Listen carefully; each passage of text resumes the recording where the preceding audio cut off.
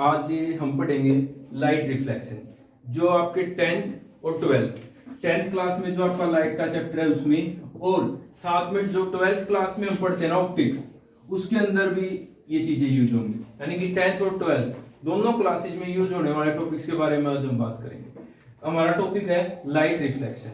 Light reflection का मतलब क्या होता है कि जब लाइट किसी भी चीज से टकराती है ना, वो टकराने के बाद वापस आती है। जैसे कि हमने अपनी डेली लाइफ के अंदर देखते हैं एक गेंद को, अगर हम गेंद को दीवार पे फेंकेंगे ना तो दीवार से टकरा के वापस आती है। ऐसे ही लाइट, जब लाइट किसी इस ऐसे मीडियम से टकराती है जिसमें से वो क्रॉस नहीं कर सकती, तो उससे टकरा के लाइट वापस आती है। जैसे कि हमने मान लिया कि हमारा कोई रिफ्लेक्टिंग सरफेस एरिया, यानी कि ऐसा एरिया है जिसमें से लाइट क्रॉस नहीं करेगी। हमने मिरर ले लिया, इससे लाइट आई, टकराई, टकराने के बाद जो ये लाइट आई है, इस लाइट को हम बोलते हैं इंसिडेंट रे।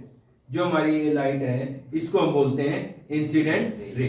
टकराने के बाद ये वापस जाएगी, किस साइड जाएगी, किस एंगल पे जाएगी, हम यहाँ पे क्या करते हैं, एक नॉर्मल खींचते हैं। नॉर्मल मीन्स क्या है, जो हमारा सरफेस एरिया लिया है उसके साथ 90 डिग्री पे एक लाइन, जो नॉर्मल हम लिया है वो हमने कैसे लिया है, जो हमारा सरफेस एरिया है उसके साथ 90 डिग्री के एंगल पे हमने एक लाइन खींची। इससे टकराने जो यहाँ पे जो ये एंगल बनेगा, ये बनेगा एंगल ऑफ इंसिडेंट।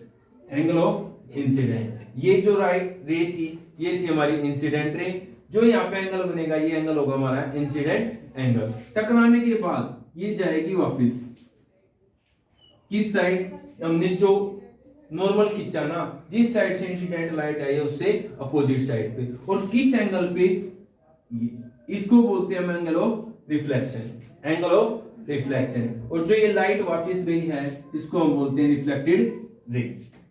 हमने स्नेल्स लॉ के अंदर आगे चल के पढ़ना है। स्नेल्स लॉ जो पढ़ेंगे कि sine i is equal to sine angle of r, कि इन angle of i always equal to angle of r. यानी कि जो इंसिडेंट एंगल है ना ये वाला, ये हमेशा बराबर होगा किसके, इस एंगल, एंगल ऑफ रिफ्लेक्शन जिसको हम बोलते हैं। ये दोनों एंगल्स हमारे क्या होते हैं, हमेशा सेम होते हैं। ये हमने किस में पढ़ना है, स्नेल्स लॉ के अंदर इस चीज को हमें पढ़ेंगे कि ये चीज होती है। ये हो गया हमारा रिफ्लेक्शन, कि रिफ्लेक्शन क्या होता है, लाइट आई, टकराई और वापस आना, यानी कि लाइट का आना, टकराना और वापस जाना, ये क्या कहलाता है, लाइट रिफ्लेक्शन कहलाता है। उसके बाद हमने यहाँ पे क्या लिया है, मिरर। अब हम मिरर के बारे में देखते हैं कि मिरर क्या होता है। हम क्या करते हैं, यहाँ पे अपने एक सर्कल खींच लेते हैं, ये इसका क्या है, सेंटर, और इसको फिर हमने क्या किया, बीच में से काट दिया, बिल्कुल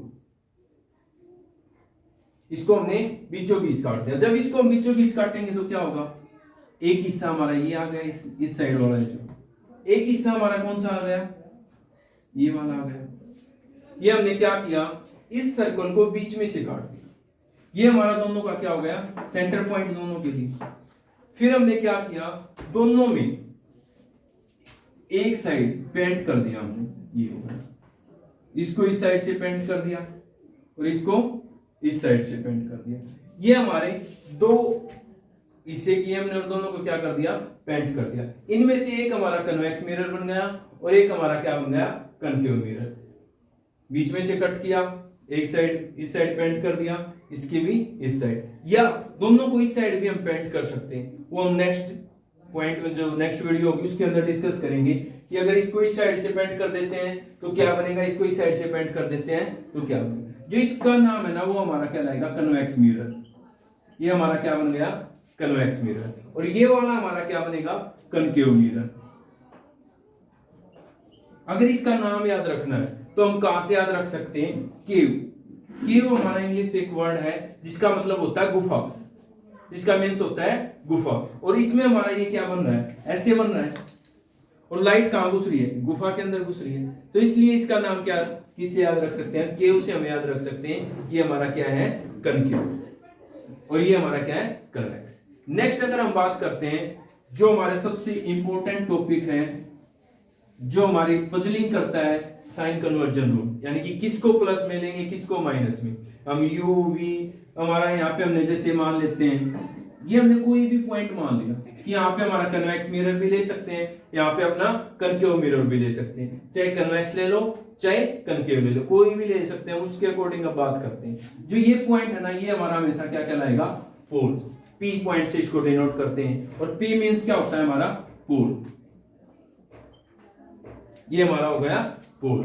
सेकंड, अब हम क्या करते हैं, जो भी दूरी नापेंगे ना, वो हमेशा कहां से स्टार्ट करेंगे, पोल से। यानी कि जो हमारे स्केल की जीरो होती है ना, वो हम जीरो कहां पे रखेंगे, पोल के ऊपर रखेंगे, और पोल से नापेंगे। 3-4 पॉइंट हम इसके अंदर पढ़ते हैं, U, V, R, important points हमारे ये होते हैं। नेक्स्ट उसके बाद आएगा एफ की बारी। हमारा आर क्या होता है, आर होता है radius of curvature. Radius of curvature इसका मींस क्या है कि हमने क्या लिया था, स्टार्टिंग में एक सर्कल लिया था, और सर्कल के अंदर ये हमारी क्या कहलाती है, रेडियस।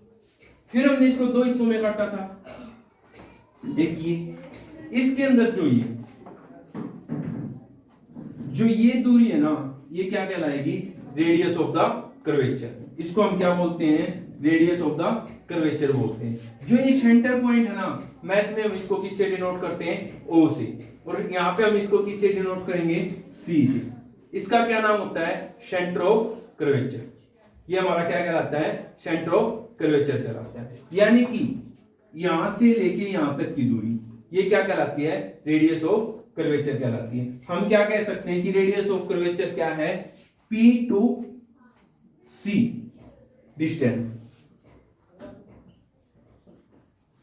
पोल से लेके सेंटर ऑफ कर्वेचर के बीच की दूरी हमारी क्या कहलाती है, रेडियस ऑफ द कर्वेचर कहलाती है। चाहे कोई भी लेंस है, मिरर है, चाहे कन्वेक्स है, चाहे कनकेव है, दोनों के लिए ये क्या रहेगी, पोल से लेके सी के बीच की दूरी क्या कहलाएगी, हमारी centre of radius of the curvature. किस में प्लस लेंगे, किस में माइनस, वो आगे डिस्कस करेंगे। उसके बाद बात आती है हमारी यू की।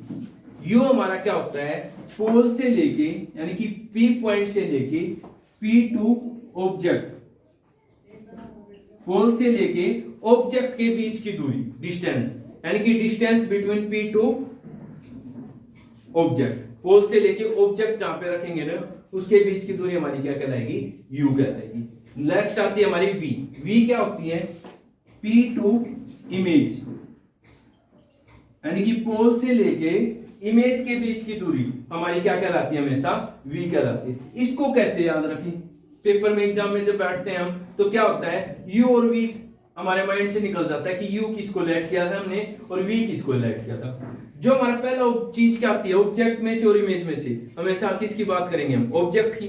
और अल्फाबेट के तरीके से अगर हम देखें तो यू हमारा क्या है, पहले आता है, वी कहां पे आता है, बाद में। यानी कि पहला वर्ड हमारा क्या था, ऑब्जेक्ट, और ऑब्जेक्ट के साथ यानी कि हमारा पहला अल्फाबेट क्या होगा, यू। तो इस तरीके से हम याद रख सकते हैं एग्जाम के टाइम पे, क्योंकि नहीं तो एग्जाम के टाइम पे आप भूल जाते हैं कि हम यू क्या लेट करें और वी क्या लेट करें। उसके बाद जो हमारी ये लाइन होती है, ये लाइन कहलाती है हमारी प्रिंसिपल एक्सिस।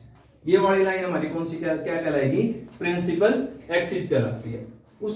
फिर हम देखते हैं कि किसको पॉजिटिव लेते हैं और किसको नेगेटिव। एक कॉमन मिरर मान लेते हैं हम, यहाँ पे ये हमारा क्या है, कॉमन मिरर है। यहाँ पे कन्वेक्स भी हो सकता है और कनकेव भी हो सकता है। जब भी इससे इस साइड कोई चीज नापने जाए, नेक्स्ट यहां से इस साइड नापने जाए, तो हमारा जो इस साइड जब भी ना जाएंगे ना, वो क्या आएगी, हमेशा चीज नेगेटिव आएगी, और इस साइड हमेशा हमारी क्या आती है, पॉजिटिव आती है।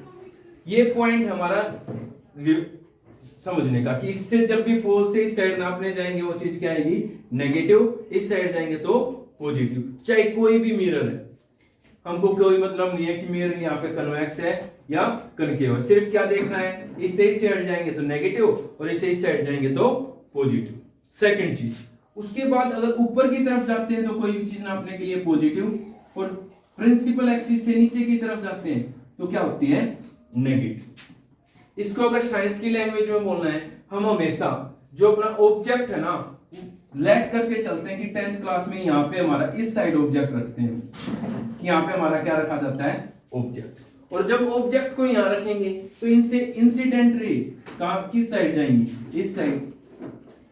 यानी कि हम क्या कह सकते हैं, अगर हम इंसिडेंट रे की डायरेक्शन में कोई चीज नापते हैं, इंसिडेंट रे कहां जा रही है, इस साइड जा रही है, और हम जब नापते हुए कहां जा रहे हैं, इसी साइड जा रहे हैं, तो हम उस चीज को क्या लेंगे, पॉजिटिव लेंगे। और जब भी इंसिडेंट रे से उल्टा नापते हैं, यानी कि इंसिडेंट रे कहां जा रही है, इस साइड जा रही है, और रे कहां जा रही है, इस साइड नापने के लिए, तो अपोजिट होने के बाद हम उसको किस में लेंगे, नेगेटिव में लेंगे।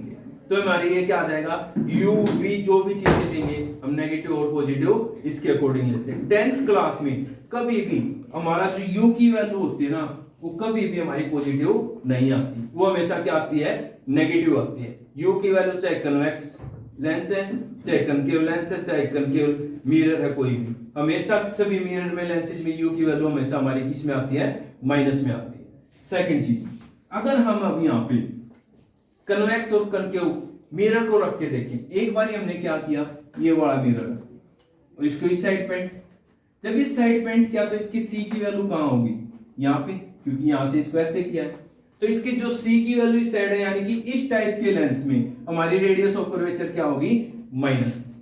रेडियस ऑफ कर्वेचर हमारी इसमें क्या आएगी, माइनस। और ये हमारा कौन सा है, कन्वेक्स मिरर, यानी कि कन्वेक्स मिरर में रेडियस ऑफ कर्वेचर हमारी क्या आती है, माइनस आती है। दूसरी चीज, अगर हम इसी में यहां पे ये रख देते हैं कनकेव, और कनकेव को यहां पे ऐसे रखेंगे, तो इसका रेडियस ऑफ कर्वेचर कहां आएगा, सेंटर पॉइंट यहां पे आएगा, इसका रेडियस ऑफ कर्वेचर ये बनेगा, तो इसका जो रेडियस ऑफ कर्वेचर आएगा किसमें आएगा, नेगेटिव। यानी कि हम कह सकते हैं कि कनकेव के अंदर r की वैल्यू क्या होगी, हमेशा नेगेटिव, और कन्वेक्स के अंदर r की वैल्यू क्या होगी, पॉजिटिव। ये हो गया हमारा साइन कन्वर्जन रूल, जो हमारी 10th क्लास में भी आएगा, 12th क्लास में भी आएगा, और दोनों क्लासेज में इसी के बेस पे हम क्या करेंगे, सभी न्यूमेरिकल्स को सोल्व करेंगे।